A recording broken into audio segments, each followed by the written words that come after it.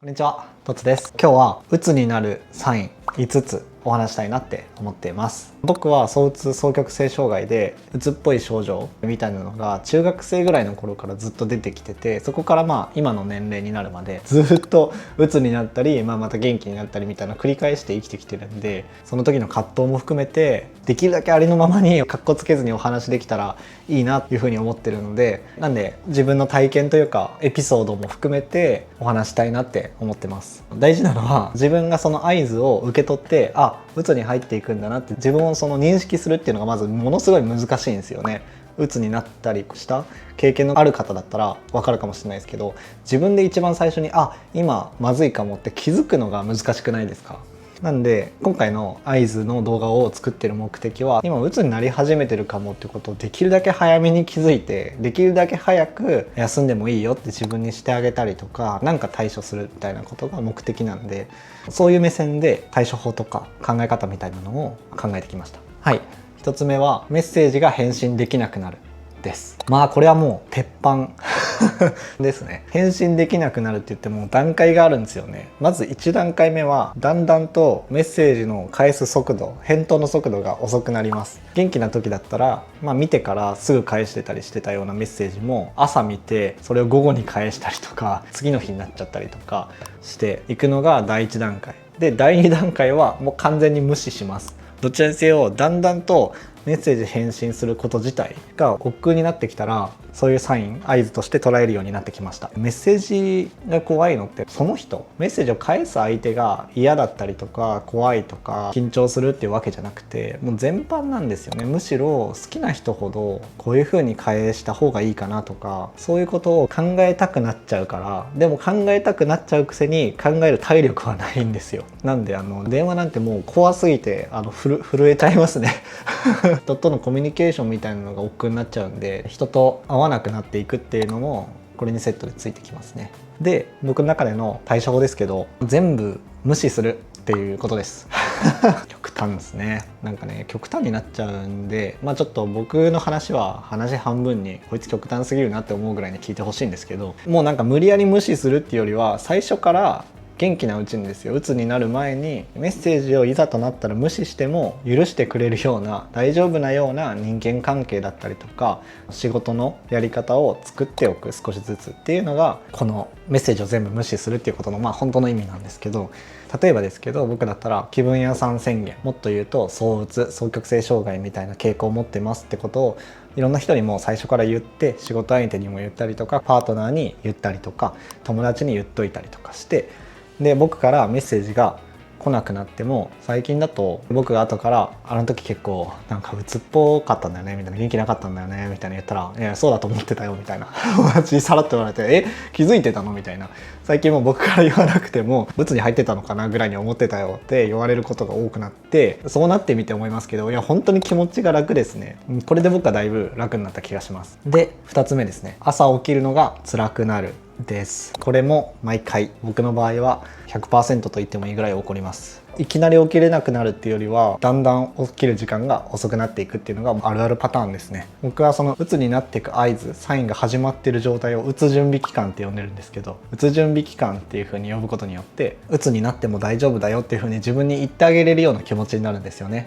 僕も今はどちらかというと下り坂なのかなって思ってます。8時ぐらいには起きて、すぐに顔を洗って朝ごはん食べてコーヒー入れて、そのままふーって席に着いたらもうそのまま仕事し始めてみたいなのが2週間前ぐらいだったんですけど、それは完全に僕の中ではそう状態ですね。でそこからだんだん起きれなくなって、最近は9時半とかに1回目が覚めて、でもその1回目が覚めても起きれないんですよね。うつって目が覚めてないわけじゃなくて、目は覚めてるんですけど起き上がる気力がないというか、起き上がるのがものすごい億劫なんですよね。ベッドに体がズシンって沈み込んで、もうぬーんって形がベッドにのめり込んでるようなイメージが僕の中であるんですけど、これは僕の中でのうつ準備期間に入る合図なんで、入ってきてるなーって感じてますね今は。なんでちょっと YouTube の更新もここから鬱になっていくとすごい少なくなってくる可能性があります。途切れたら僕は鬱に入ったって思ってくださるとすごいありがたいです。朝起きれないっていうことへの小さな対処法としては、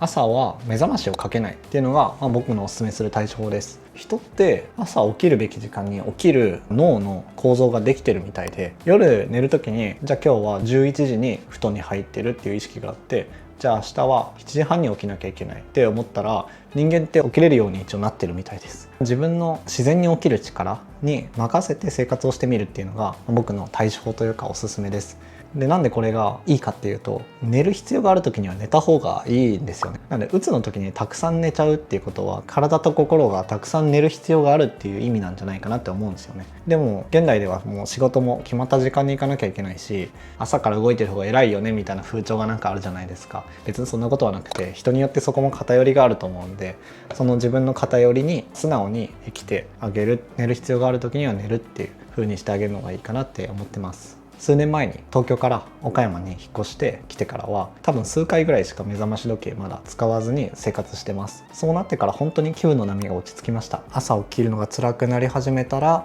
無理やりに起こして朝散歩をするとか、そういうことはしないことだと思いますね。もっときつくなっちゃうんで、そしたら。はい、ということで3番目です。3番目はしなくちゃ、すべきっていう言葉が増えてくるです。鬱になってくると、それまで楽しかったこと、僕だったら YouTube 更新するのが楽しいなとか、コメントいただいてそれがすごく嬉しい言葉だったりとか、ご飯が美味しいなとか、人生での楽しみ、喜びみたいなものがもう全部もう何も感じなくなっちゃう。仕事しなくちゃなとか、YouTube 更新しなくちゃなとか、絵を描かなくちゃなとか、そういう気持ちになってくるんですよね。そういうやるべきとかやらなくちゃっていう気持ちが増えてきてる時は、鬱に入っていってる合図だなっていう風に感じます。その時の僕の対処法なんですけど、アニメを見るってことです。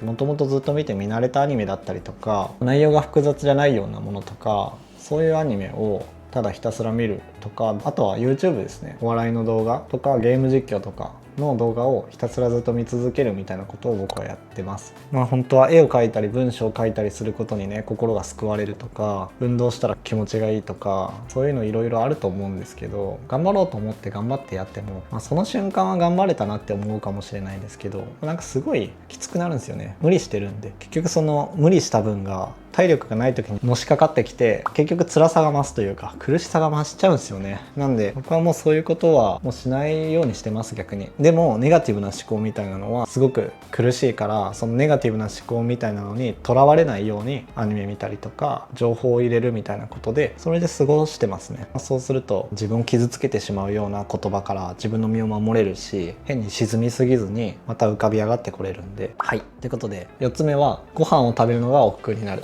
です。さっきの話とつながってますけど、いろんなことへの喜びが少なくなってきたんですよね。僕は料理することもすごい好きなんですけど、普段はそういうのさえ楽しくなくなってきちゃうんで、だいたい1日1食料理もせずに食べれるようなものを食べて、なんとかその飢えないようにって感じですね。で、このご飯を食べるのが億劫になるっていうことへの対処法としては、未来の鬱の自分のためにご飯を用意してあげておこうっていうことかなって思います。カップ麺だったりとか食パンだったりとか、鬱になった時のための常備食みたいなものをあらかじめ用意してあげるのがいいなって今は思ってます。はい、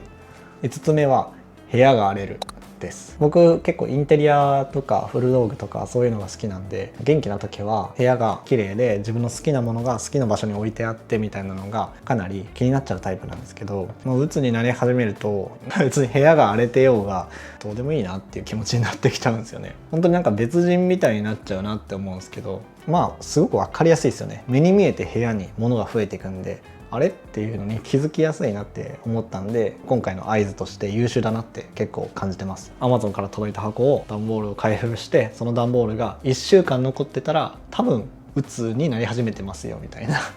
そういう自分流の合図にできるんじゃないかなっていう風に感じてます。5つ目の部屋が荒れていくってことへの対処法なんですけど、何かをしなくてもいい、観察するっていうことですね。鬱になってくると僕のイメージでは、最大本来なら体力100あるものが20ぐらいしかなくなっちゃう。普段10時間活動できる人がいたら1日2時間分しか活動できなくなるみたいなのが鬱になっていく時の感覚なんですけど、なんでその2時間分でご飯食べてトイレ行ってみたいな、部屋をプラスで片付けたりとか、そういうことできる体力ってもう余ってないんですよね。部屋が汚くなっていくっていうのも、一つの自分の気分の波のサインとして観察してみる。ああ汚ねえなーっていう、それに対して罪悪感をも抱かずに、段ボールまだ残ってるなあれみたいな、よう変わるもんだなっていう感心するぐらいの気持ちで、それがいい悪いでジャッジするんじゃなくて、自分の心が現れてるものとしてぼーっと観察するみたいな風に接するのがいいのかなって思ってます。部屋きれいにした方が心の衛生が保たれて健康になるとか、そういう風な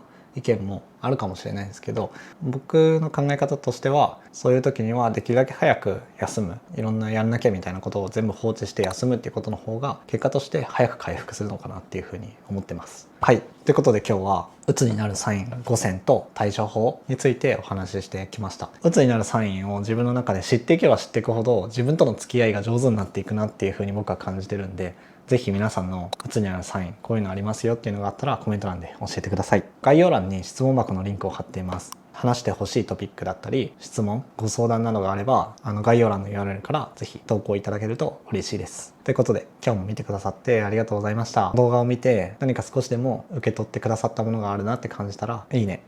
チャンネル登録よろしくお願いいたします。じゃあねー。